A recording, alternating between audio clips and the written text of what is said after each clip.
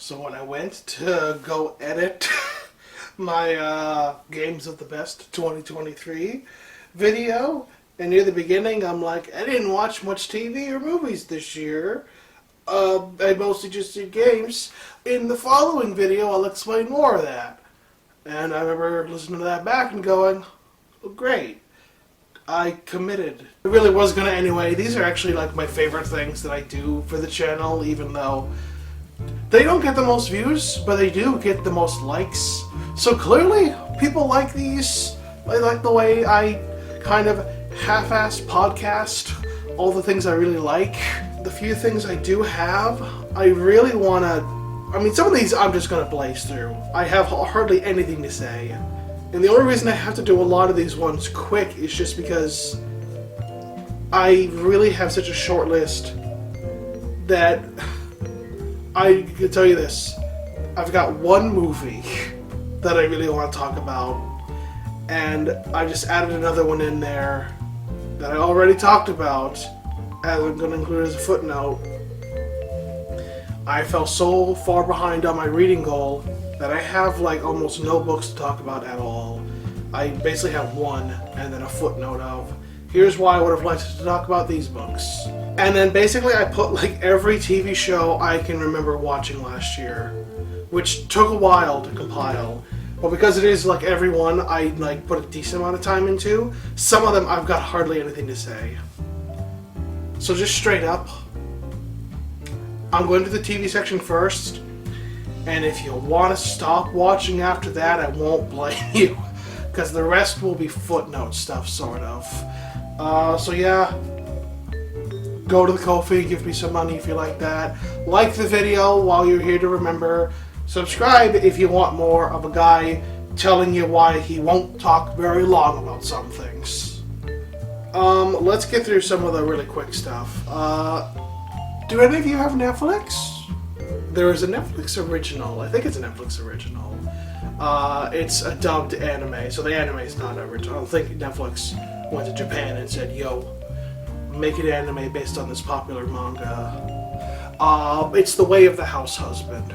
I watched the first season a while ago, a couple years ago, and I really liked it, but it clearly wasn't good enough to make it to a video. And then I look back at some of these videos and be like, oh, I should have talked about that. Like, why did I forget to talk about Ratchet Deadlocked? Or I skipped Millennium Actress last year, and I was like, how did I forget to talk about Millennium Actress? Way of the House Husband, kind of? Should have talked about it then? Because it's cute. I really like it. It's very stilted in the animation. It's almost like a motion comic, or I grew up on like these little Golden Book videotapes where they barely moved and they were really charming. It's more than that. But I really like the animation style for this because it really makes the jokes just kind of very punchy and quick. And you can tell it's probably just literally just, here's strips of the manga, but turned into a 2-3 minute animation. I dig it. I dig it a lot.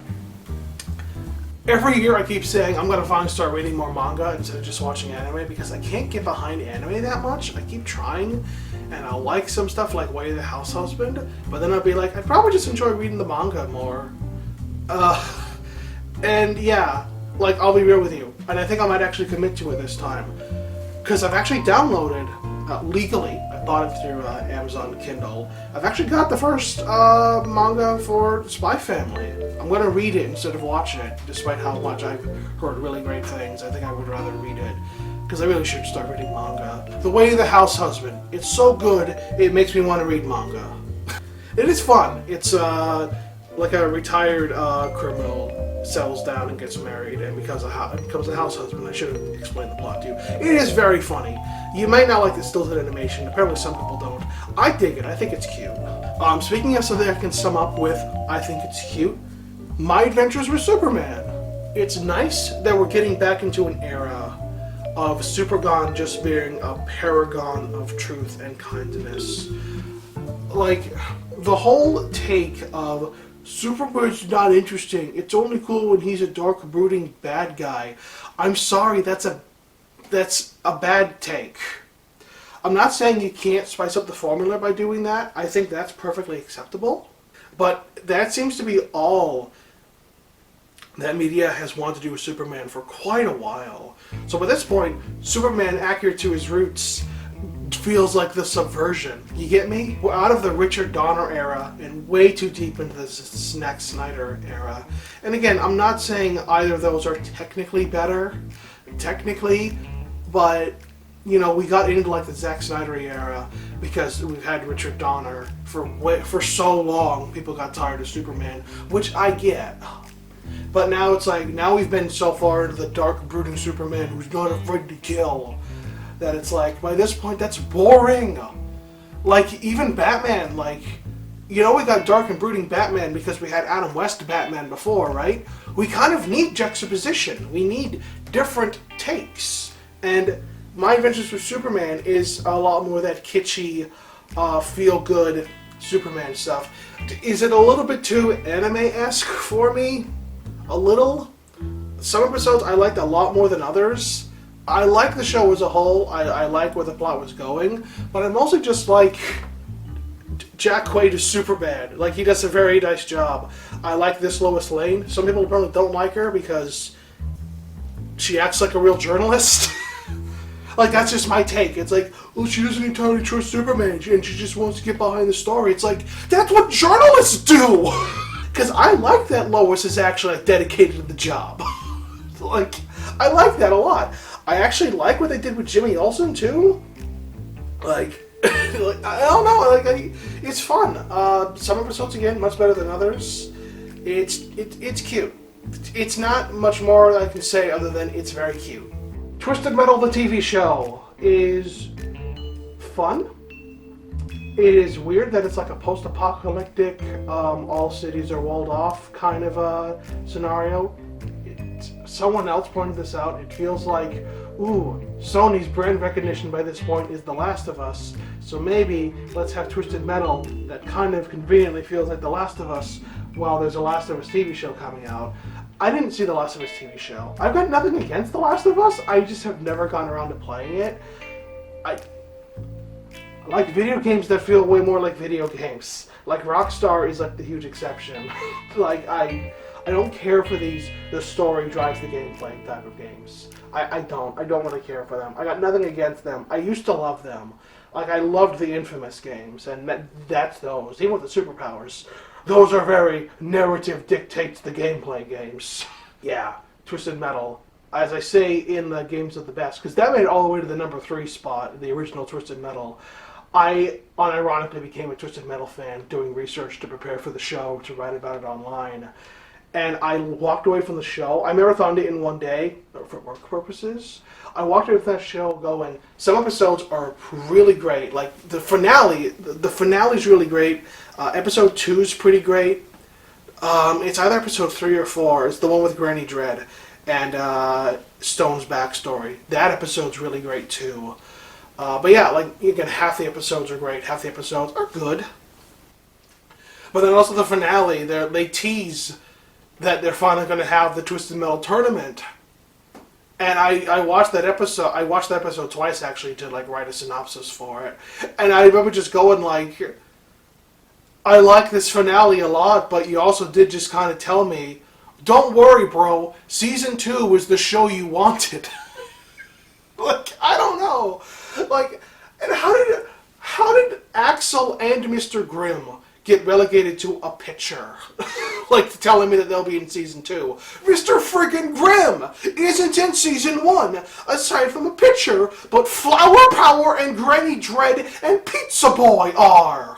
I know who the hell these characters are now because I did the research. How the fuck did Pizza Boy get into an episode before Mr. Grimm? He's the only racer, aside from fucking Sweet Tooth, who's been in every game. Speaking of, I like what they did with Sweet Tooth a lot. Like, it's a fun show. I am surprised by how much I liked it, considering it didn't look great in the trailers. It's fun. It's, is it Twisted Metal? Sometimes, because Twisted Metal was actually... People remember Twisted Metal being very dark because of Twisted Metal Black and that Twisted Metal reboot. But, you know, like games like 1, 2, and Head On are like very darkly humorous, but also very pulp comic-y, like a Tales from the Crypt or something like that. You can tell that's like a genuine inspiration. It's like pulpy comics and like the supernatural. And again, there's nothing supernatural in the TV show, weirdly, but you can tell that like the pulpy stuff got translated very well. It is a fun show. If you haven't seen it yet and you have Peacock, Peacock is also a surprisingly pretty good streaming service, I gotta say. And if you know almost nothing about the games, that's fine, because your knowledge of the games won't really be rewarded until Season 2, apparently. Although, again, there's references to racers who were in, like, one friggin' game. And, like, the worst games in the series at that. But that kind of makes it better, because if you know, you're like, how the hell did you make Granny Dread interesting? But if you don't, you're like, this old lady's kind of cool. Like, I wonder if she's good in the game. Oh, she isn't. I recommend the games more than I do this show, because you can get 1 and 2 and Black on the PS4 and PS5. And hey, if more people play them, someone might be like, ooh, let's get 3 and 4 and Head On and Reboot on the PlayStation Plus as well. So you know what, yeah, start playing the Twisted Metal games on PlayStation 5, just so Sony gets the memo that they should put Twisted Metal 3, 4, Head On, and the Reboot on PlayStation Plus. That's all I need. Oh, and fucking I forgot about Small Brawl! How did I forget about Small Brawl? It's like, I wasn't able to play 3 or 4 or Small Brawl or Head On or all those other ones, but Small Brawl looks way freaking better than 3 and 4. I haven't played it yet, but I have no idea why that one's relegated to the trash bin. Like, that one looks way better. Ash Ketchum retired. And it is so funny to hear that. They've retired Ash Ketchum from the Pokemon anime. And I was like, you know what? I'm going to go see those episodes where, spoiler, he wins the Galar Championship. I've not caught up with the show. I have a strong fondness for the Pokemon movies. I have seen all of them. I love a lot of them. Some of them I think are just good. There's a couple that are really bad, or like really, really bad. But I was like, I'm going to watch the episodes where he wins. And you can tell how dedicated I was to just that statement. Because there's a couple episodes in that, like, I guess you call it the last season, the last stretch, where they're like, it's cool that Ash is doing this, but let's see what Hop is doing. And I skipped those episodes. I don't give a shit what Hop was doing. The animation was great. I really liked the dynamics of the actual fight against Leon. I liked that they were like, let's make it a smorgasbord of references. We'll have Mega Evolutions and... Oh god. Did Ash Greninja show? I don't think Ash Greninja was in that. I think Ash Greninja shows up in the following miniseries. They did Mega Evolution, they did Dynamax, I believe Pikachu got to do his Z-move. Also, Eternatus shows up just to be like, yo, there could have been a cataclysmic event, but there's not gonna be. And then he flies away. It's like just took 6 minutes of the plot just to be like, hold on, something could have happened, but it won't. That was just really funny to me. But I actually really liked the fight a lot. I liked how, like, even though I knew Ash was gonna win because like the internet lost their mind when he did, and I mean it's not even that much of a spoiler because like Ash usually loses, so it's like of course the one time he wins everyone's gonna hear about it. Except for the Orange Island, he loses like every time. I did hear Sun and Moon, he apparently does, but like, it doesn't count. Again, I have not caught up with the show, except for the last episodes, and I had a blast, in a way.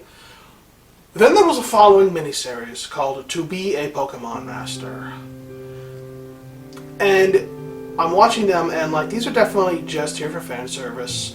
Fittingly, though, because it is a send-off to the series, the anime's most important character, Ash, and Pikachu, and like, I started and it's like, this is good. Like, it's definitely capturing a lot of like what is enjoyable about the show. Maybe so much like the later interpretations, not so much like the original show. But I mean, it's still there. It still works pretty well. I like that we get to go through like we didn't get to meet every single one of Ash's traveling companions, but we got to go back to the originals and like. That was nice. Silent was there, and for once, Silent didn't piss me off. I'm sorry. I am on the Silent and Iron, Iris were like the worst traveling companions Ash ever had. What the hell was it doing? What the hell happened there? But I actually enjoyed seeing him again because they toned his shtick down. They gave him a weird friendship with Brock that felt very fitting, and like. But again, I was watching. It's like I'm just plain enjoying this. And then the Bayonet episode happened, and I started fucking bawling. Like, Pokemon, when it is really good and emotional, is like so hard hitting. Like, I get when people are like, Pokemon's not a perfect franchise, it's more flawed than it's not. I totally understand where people are coming from. What you have to understand is Pokemon can capture something that only Pokemon can on like this emotional level. The games do it too. Like, there's no greater adventure in all of video games than a Pokemon game. Even like the middling ones really capture this. Like, even the bad ones can have like those moments. And when it comes to the movies and the show, yeah, it's that too. It's like, theoretically, it's an average, sometimes below average experience, like writing-wise and character-wise, for children's TV, let alone regular TV, that then gets elevated by these beautiful, sincere moments. And it was so nice watching To Be a Pokemon Master, because like, yeah, it gets this. Like, it was such a proper send-off. And then because I have American Netflix, and then throw in that random special that isn't even related to the canon. I had to look this up. It's the Ash Ketchum from the I Choose You Pikachu movies, and Secrets of the Jungle, and oh god, The Power of Us. And I love those movies, I really do. So it's weird to see that continuity get a send-off as well, but it's fitting. Because, again, like, outside of a cameo, we're never really going to see him again. I'm sure he'll, like, cameo. Where people are like, maybe he'll cameo as an adult or something. Well, he'll probably just be a kid.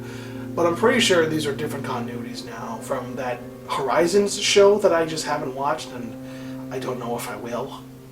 But I thought that the original Pokemon anime got a very good send-off this year with Ash winning the tournament, and then most importantly, that little mini-series, because, again, it is nothing more than, it's Ash and Pikachu, your favorite people.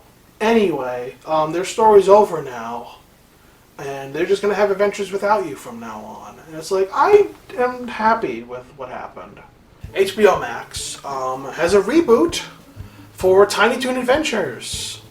I love the original Tiny Toon Adventures. A lot more people like Animaniacs better. And Animaniacs is one of those shows where every time I go back to watch like a snippet or a clip, those are the same things, or like an episode or whatever, I end up being surprised how it really is like as good a show as everyone remembers. It's shockingly good. And yet, I do like Tiny Toon Adventures just a little bit more. Like, maybe even a lot more. There's something about the idea of, like, let's take the classic Looney Tunes characters, take all those personality traits, tweak them a little bit to fit the times, and then just create, like, little small versions of them that also have their own personalities as well. Like, Buster Bunny is not one-to-one to Bugs Bunny, but, like, you get where the obvious influence is. And instead of just pretending these are brand new original characters, do not steal, we'll have it be like he sees Bugs Bunny as a mentor. And, like, the original Tiny Toon Adventures was really good at feeling like the 90s. I think the show probably premiered in the late 80s, but it feels very 90s, while feeling like it captures the spirit of the characters of Looney Tunes. Animaniacs was very good at capturing the screwball nature, like this the nature of the you know, old school Merry Melodies, Looney Tunes. But I just happen to like the characterizations better in Tiny Toon Adventures. And now there's a reboot out. And it's very interesting. Because in many ways, the reboot also happens to capture a very 2020s attitude. And also happens to grab personality traits from Looney Tunes, from the old ones, like the very classic Golden Age Looney Tunes, and repurpose them, shape them around to do something with them that is very interesting. But this reboot is a lot more average than the original Tiny Toons. There's just a charm that the original Tiny Toon Adventures had that was a very lightning in a bottle. Like, Steven Spielberg knew what he was doing when he greenlit all these shows, and I call it lightning in a bottle, and the thing about lightning in a bottle is it's supposed to be, oh, you can only do it once. But Tiny Toons was then followed up by Animaniacs, which had a spin-off show, Pinky and the Brain, and from what I've heard about Freakazoid, even though it was short-lived, all of those were the same lightning in a bottle. It's like, how did you recapture the screwball comedy, wacky, cartoony nature of the classic Looney Tunes in the 90s so well? And they're trying to do it again for the 2020s, and they are not doing a bad job. There's a Looney Tunes reboot as well, Looney Tunes cartoons on HBO Max, that is some of the best stuff the Looney Tunes have been in a long time. I love it. And so I feel like that's a better retroactive love letter to the Looney Tunes than the new Tiny Toons Acme University is. That's not to say that this reboot does not feel like it's a love letter to Tiny Toon Adventures, because it is. It feels like a love letter. It feels like it knows why people really liked old Tiny Toons, because it really is focusing on the character dynamics. They've changed some stuff people didn't like. Sweetie is a vast improvement this time. I did just completely totally. Okay, so there's a controversy because Buster and Babs are related this time. They're siblings, and I don't mind that because it's a different continuity and a way to differentiate between the two. I totally get why people are off-put by that because they were a couple in the original show. So that's like, oh God, did you think this through? Well, I've also seen people say Babs lost a lot of her personality because she did a lot of impressions in the 90s show, which was central to her character. And it's funny, it's like, are celebrity impressions really a thing people do anymore? Is that like a comedy staple right now? But yeah, it does remove a bit of her personality, that she doesn't have this comedy styling to latch onto. She doesn't just feel like Pink Buster, but she's closer to Pink Buster than she was in the 90s show, even though that probably was one of her character conceits when she was created, So when Joe Lasky passed away, and they recast, I don't know it off the top of my head. I'm going to write it down here. Who's played Daffy Duck since then? And one thing I loved was that Joe Lasky was so great at the mean-spirited, narcissistic Daffy Duck that instead of having the next guy do that again, they were like, no, we're not going to be able to top Joe Lasky. Hey, in the original Looney Tunes, while Daffy was the narcissistic asshole, just before that, he was the, popcorn for brains, zany, bouncing off the wall, woohoo, woohoo, woohoo character. Let's have the new voice capture that Daffy. And I've actually loved, in the Looney Tunes cartoons reboot, which I actually recommend that more than the Tiny Toons reboot. That's been captured perfectly. It's nice to see Screwball out of his gourd Daffy again. And the funny thing is, you think, oh, does that mean Plucky gets to be wacky and goofy this time? No!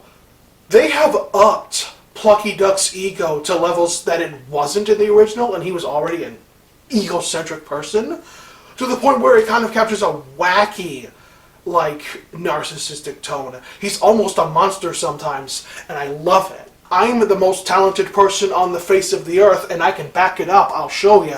Plucky Duck. I love what they've done with Plucky in this reboot. In a ways, it kept me keep coming back.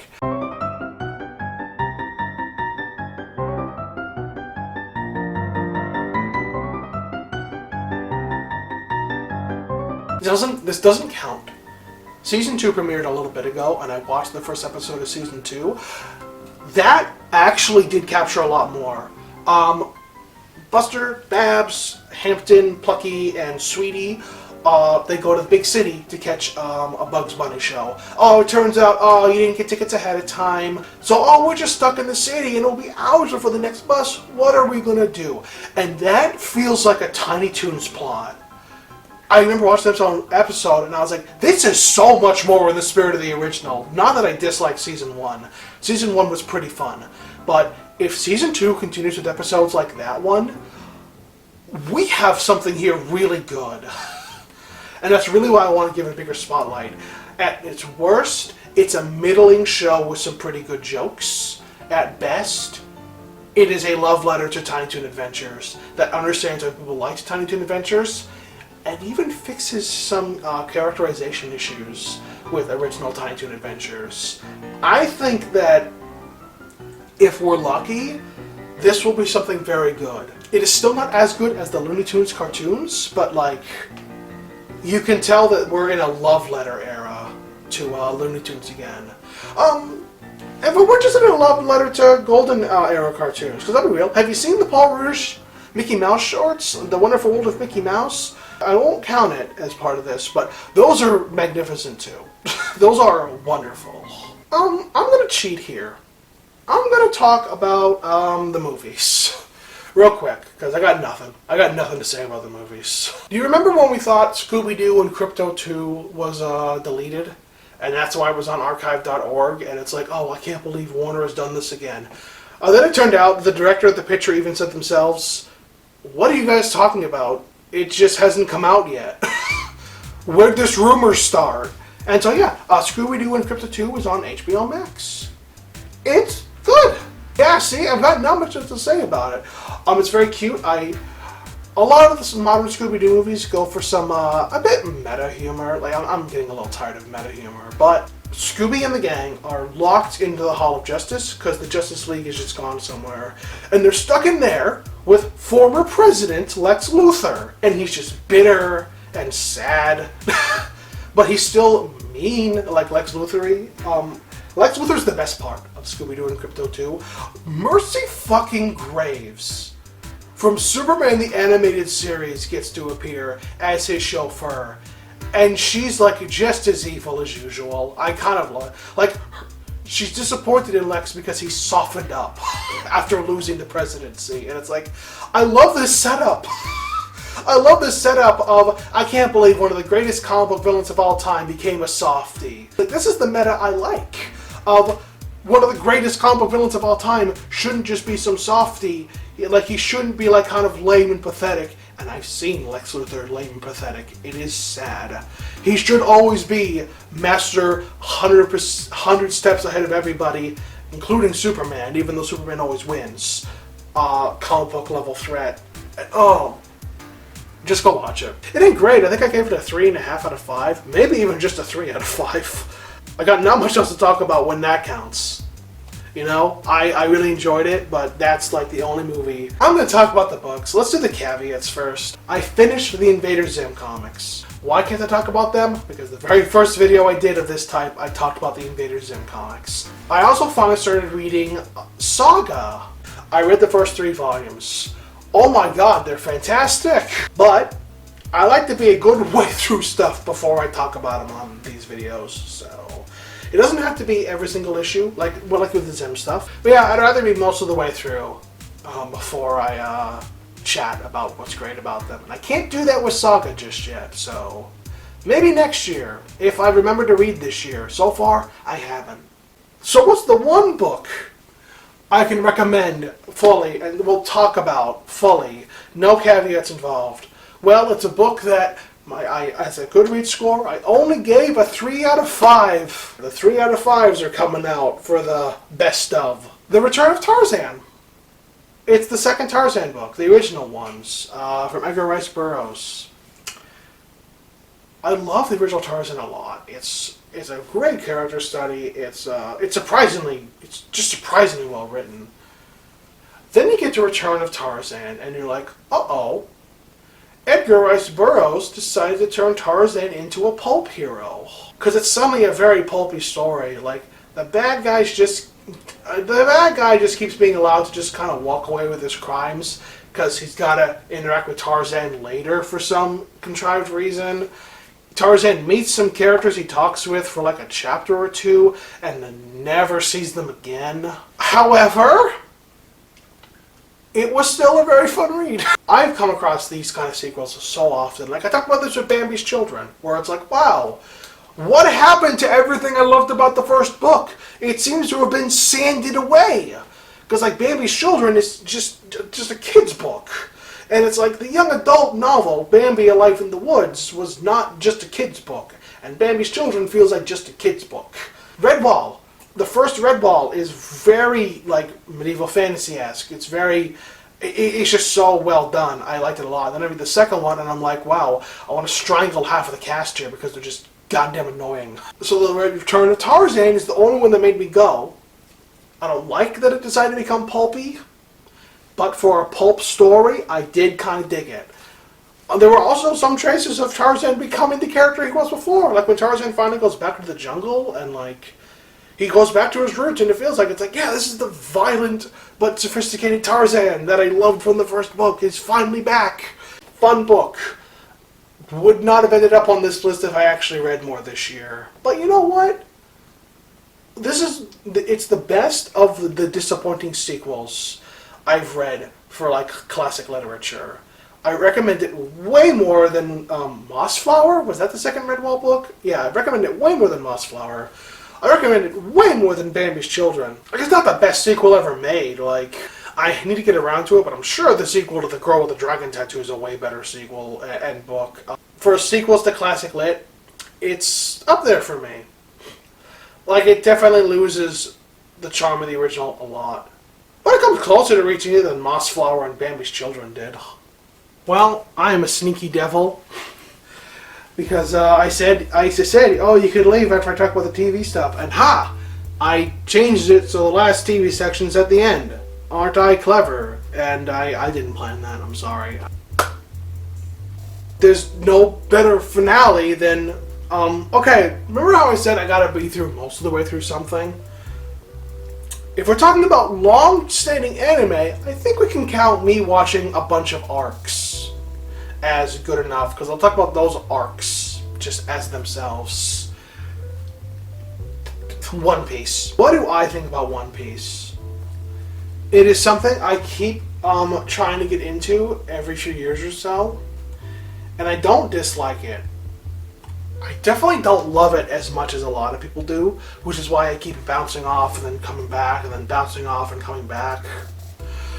That said, really good One Piece stuff, like, really keeps me invested. Let's go back to when I first tried watching it, like, quite a few years ago. I watched, like, well over 100 episodes when I did that, so I was really into it, but looking back, it's like, okay, well, I like Serp Village and, like, meeting Usopp. I liked meeting Zoro and his backstory. Like, we spent a bit too long with friggin' Don Creed and Sanji's backstory. Like, that could have been 2 fucking episodes for all I care. And yeah, obviously haven't read the manga. Only familiar with the anime. And then, when it comes to all those years ago, Arlong Park was where I was like, wow, this is kind of incredible. And apparently, longtime fans still feel that way. Like, apparently Arlong Park is still considered, like, one of the best arcs in all of One Piece. Which worries me, because I definitely fell off quite a bit more after that. And it's like, uh-oh. I kind of have a fondness for early One Piece thanks to Arlong Park. And, you know, I did enjoy what was before and a little after. But, like, I just can't get into it. And I haven't really tried any of the post-time skip stuff, because I'm sorry, the art style for post-time skip it's a bit too far for me. I get that it's very rubbery and kind of like almost Western cartoony is Oda's art style, and I think it works for early One Piece very well. But then he adds like all that extra stuff in the post-time skip. Like you know what? Let's get people mad. Post-time skip Frankie is one of the ugliest fucking character designs I've ever seen. I don't know who Frankie is necessarily just yet, because I have not seen his introduction episodes. Although for some reason I did a few years ago watch, for some reason I skipped to Thriller Bark at one point a few years ago, because I was like, this looks like interesting, and I can just catch up if I need to. That was a mistake, because Thriller Bark is poorly paced in the anime. I don't know how it is in the manga, but it's so poorly paced. I ended up having to skip episodes and then finding out I somehow skipped nothing. Because they were in the same damn fight. But yeah, no, it's like One Piece is a show I like, but also has a horrible taste in my mouth. For all those reasons. Would I enjoy the manga more? You want to say probably, but what I decided to watch this time was I decided let's not skip the Thriller Bark last time. After the last arc I'd finished before then was Alabasta, and so you can see where I was like, maybe I should go back and get more context. And I was like, I want to watch like the introduction Nico Robin episodes, and I watched the anime exclusive filler of not Water 7. That's a canon arc. Oh crap! I forget. I meant to look it up again. It's the one where they're in the marine base, which apparently is all anime exclusive. And we're talking about all the anime exclusive stuff. So Rainbow Mist, the fortress that's like Navy Base 8 or something like that. I loved those episodes. I genuinely did. So it's hard to tell me just read the manga if you hate the anime's pacing, because then I'll lose Rainbow Mist and both of which feel great. Like Rainbow Mist, you can tell is anime filler. You know, it doesn't feel entirely like it fits within the rest of the One Piece mythos, but you want it to because I enjoyed it so much. The weird time travel aspects, Wetten, the bad guy. I loved all of this. I was like, this is so good. I can tell it's anime exclusive, but it's so good. But then again, then you get to the Navy base after, after Skypiea. I'll talk about Skypiea in a second. And I was surprised to find out that's anime exclusive, because it literally just drops in perfectly, seamlessly, and there's character development, and there's just natural storytelling. It's like, how was this anime exclusive? I liked both of these better than Skypiea. Why did Skypiea have to be the stuff from the manga? I still do like Skypiea. It's too long. It introduces way too many things that... okay, One Piece fans. You need to start drawing lines in the sand here. Because I've seen people start to forgive Skypiea, not because there's something like, oh, there is more to enjoy here, like characters or story-wise. No. People are forgiving Skypiea because it introduces elements later. And it's like, no! Don't forgive it for that. I don't care that there's this master plan that keeps referencing old stuff. All that really does is alienate people from going in. One Piece is not gaining people anymore because there's too much you have to read or watch, like a thousand chapters ago. It shouldn't be as necessary as it is. So to hear people say like, no, Skypiea is good now because hockey. No, that's not a reason to suddenly forgive Skypiea for its problems. It's just because it's the first thing that explains hockey. You know? Like, genuinely. That said, I do enjoy Skypiea. I like the setting a lot. I really actually love NL, Iniru. I love him a lot. However, oh my god, does One Piece bite itself for its no-kill policies? Because Iniru kills so many people, and then they're just fine. And it's like, this is a mad god with lightning powers. He should be killing people. You even act like he was killing people, then you're like, nah, never mind. Because One Piece doesn't really like killing off characters. And like, look, sometimes that works. Like Arlong Park. Arlong doesn't die. Luffy beats him up and hands him into the corrupted navy. And it's like, that is such a fitting end for that character. But then it's like, Eniru not getting away with not actually killing anybody feels really dumb. Like, it feels really dumb. And it's like, it makes it to the point where it's like, hey, remember his backstory is like, oh, he destroyed his hometown? I was half expecting them to just show up at one point, like, we're the guys Eniru destroyed! We're okay too! It's like, come on. Grow spine, One Piece. Like, there's a difference between saving deaths for when it's important and just being afraid of death. You know? And One Piece really straddles that line way too many times for me. That said, although he has a fitting end too, where he just like goes even more mad and just flies over the moon. It's like, I like that. Like, Eniru did not have to die, but the people Eniru killed should have died. Oh my god. The empath stuff, where like the little girl is like, people are dying! And then it turns out they're just fine, they're like knocked out. It's like, that is so dumb. Especially since Eniru has the same power and he makes the same mistake. Oh yes, they're definitely dead. Turns out they're just knocked out. How would you not tell? If you have this empathetic power to sense people's life forces, but you can't tell the difference between death and unconscious, what's the point of the power? I enjoyed Skypiea quite a bit. Some stuff in Skypiea I was like, this is great. but it's sandwiched between two anime-exclusive filler arcs that I thought were so much better. That it's like, this is why One Piece is so hard. Because I really want to enjoy One Piece. When One Piece is great, it's phenomenal. But it's like, oh, the anime has so much filler and slows so much stuff down. But don't tell me just read the manga, because I've seen some stuff only the anime did that I thought was better than canon. And that's the thing, it's like, I want to like One Piece, but One Piece keeps doing this to me. It keeps promising more than it is. When it delivers everything it's promising, it is great. I just don't enjoy it constantly. Yeah, so that's it. The camera's battery has threatened to shut off a couple times now. But you know what? It was certainly a video, and at least it will be out and on the internet where you can watch it if you did, and give it a like and go to my Ko-fi. And the Disney Dark Age ranking is coming. I've got some work on that already. Yeah. But do what you do if you don't care about anything I said. If you don't care about anything I said, thanks for watching the whole video. Maybe you're that one person who's been watching like all my videos lately and disliking them. I'm getting like 1 dislike per video lately, and it's like, which is fine, but because it is like 1 dislike per video like early on, it's like, is it the same person? Because if you're that person, just stop watching, man. And that's not even an insult. Like, you clearly don't like my stuff. Like, I can accept that. Peace out. Go watch another video from somebody. Doesn't have to be me. And have a good time. You can watch One Piece if you want. I won't care either way.